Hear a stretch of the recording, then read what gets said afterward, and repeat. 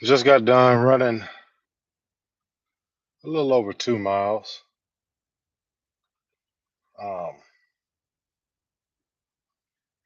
feel good, but I didn't want to do it. I really did not want to run, but I readjusted my thinking and I got it done.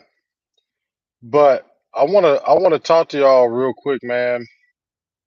I'm gonna tell y'all the 1, 2, 3, 4 saga for me has gotten crazier and crazier.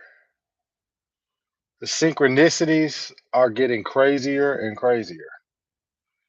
If you're here and you're connected to the live right now, you want to hear the latest development with this synchronicity and this number for me, let me get a like, let me get a hello, let me get a something. And I'm going to touch on how I overcame uh, a weak mentality.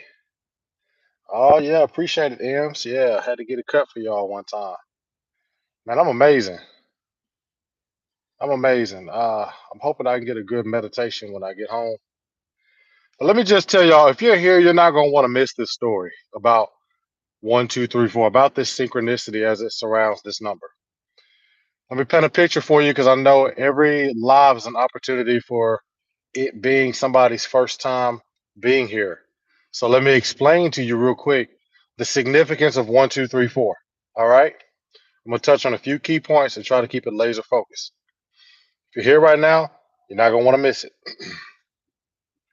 So around the time my father passed, I've been dealing with a lot. I always reference that point because that's one of the more recent pivotal points for me in my life as it pertains to going after it, right? Um, and I used to have these meditations where I try to connect with his spirit somehow. I pray to God like, yo, like let me connect with my father, let me get some closure, let me, like I was fiending for that communication with him. And I had a couple dreams that allowed me to connect with him that were really cool, but nothing that ever really made me feel his presence, right?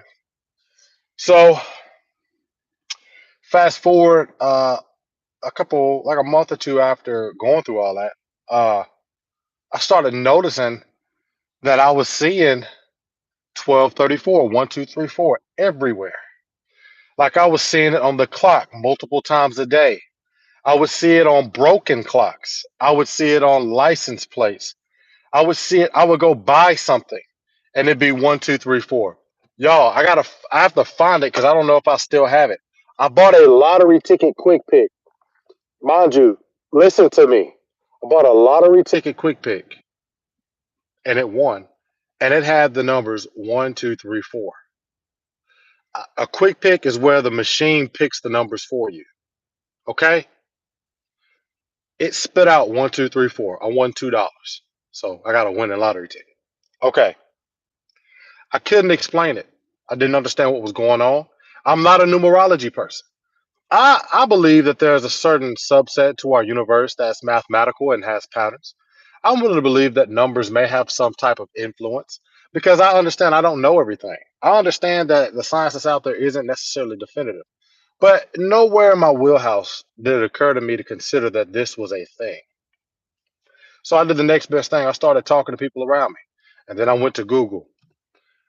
Come to find out that 1, 2, 3, 4 is seen as a spiritual communication to continue on the path that you want in life.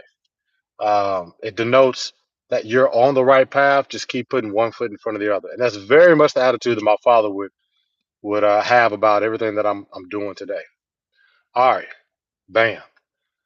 So the one time that 1, 2, 3, 4 got out of control was when, and I'm gonna tell this story every time I get in here when I'm talking about 1, 2, 3, 4. I'm gonna set it up this way every time. The one time where it blew my mind was when we decided to go out on a day like today. Weather was perfect. My wife, me, and my daughter, we went to a park that was near a lake. Before we left, my daughter had pointed to the shoreline and said, "Hey, I want to go over there." So I said, "You want to go over there where there's a little bit of sand? There wasn't a whole lot of sand over there." So I said, "You want to go there?" She's like, "Yeah." So we walk over there. And I got a picture of this. We walk over there. We're playing, we're skipping, jumping back and forth between these little eroded banks and all this stuff. And it's time for us to go. So we turn around after we're done playing, and there's a little cutout cove on the way back that you wouldn't have seen because, like, the perspective from the grass is it looks like a cliff, but it continues on to the lake, so you wouldn't even have seen it. And it's low, like it's probably like ankle level, right? But the fact that we were on this side and we were able to see in there, I kid you not, I turn around and carved into the sand were the numbers 1, 2, 3, 4.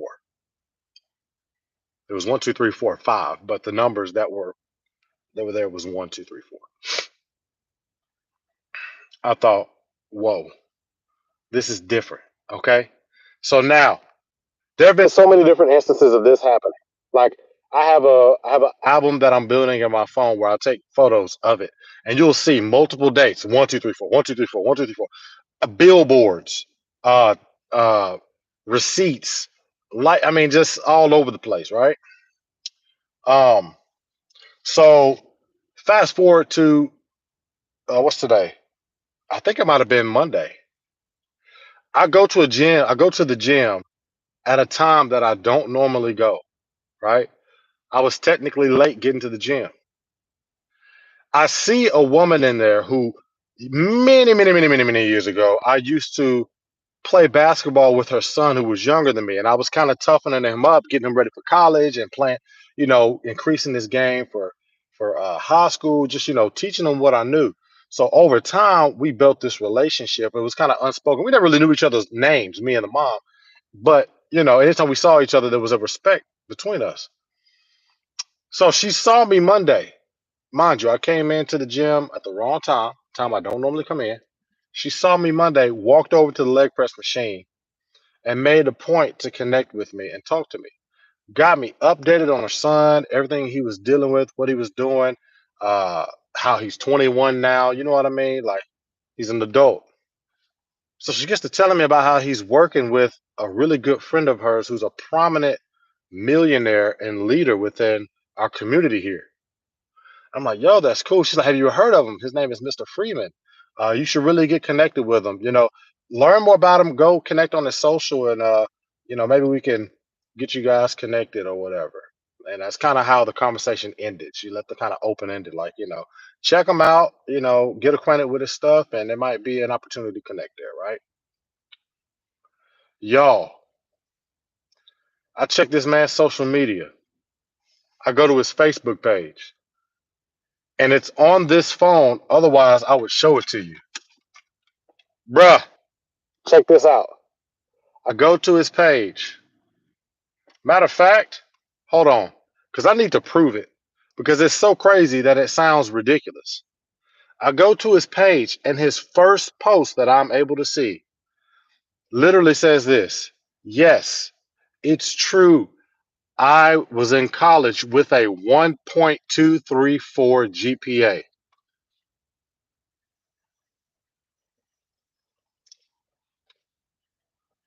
Come on, man. Come on. Blew my mind. So I immediately followed through. I started adding him on everything. Bro, when I look, my phone is booting up. I might hop off, y'all get back on the live stream. I'm gonna screenshot it so you can see that I'm not over here I ain't just making shit up, man. I'm not just making shit up. It's actually it's mind blowing. So let me go. I'm gonna hop back into this live. I'm gonna go take a photo of it so y'all can see it, and then I'm gonna show it to you so you understand what the heck is going on. 1 second. Would have it. My phone died right when so I had to plug it up. So give me a second. Give me a second. I'll keep this one up for sure. Um, just give me a second. Gotta let this boot up, man. Crazy. So I don't look. I can tell y'all another side of it too. I was actually on while we're waiting. I was so confused by these revelations. I did not understand what was going on. Why am I seeing this? I've never been the type of person that's, yeah, every now and then I see 1111, you know what I mean? And I'd be like, oh, make a wish, da da da. But that's as far as like the influence on my life that numbers went. That's as far as it went. Now I see not only 1, 2, 3, 4, but I see 1122. And apparently that means that I need to lean more into my creative devices, like being more creative. And I just share and do more creative things. So I've been leaning into that. But this 1, 2, 3, 4 mess. What up, KC? This 1, 2, 3, 4. Okay, playably. I will keep it up. Um, yo, stupid. Please stick around because I want y'all to see this. If you exit out, come back so you can see this photo because my phone just booted back up. All right. Now I'm gonna go out of this window real quick, and I'm gonna come back with the photo so y'all can see it. All right. All right. I'm back. Now look, I just took a photo. Y'all tell me if y'all can see this. Y'all read this and tell me what y'all see. Y'all let me know when y'all see that number.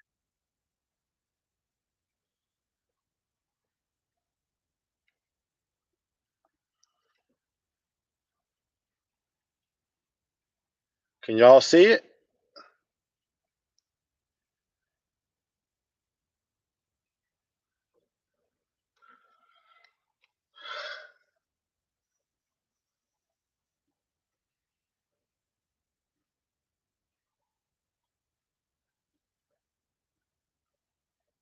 1, 2, 3, 4. Now, I don't know. I don't know. I try consistently. I try to shake it and be like, "Oh, it's a coincidence." But when you see stuff like that, man, you can't ignore it. You can't ignore it. So, uh, I don't 100% know what that means for me in my life right now, as far as that revelation goes. But you just saw a multi-millionaire.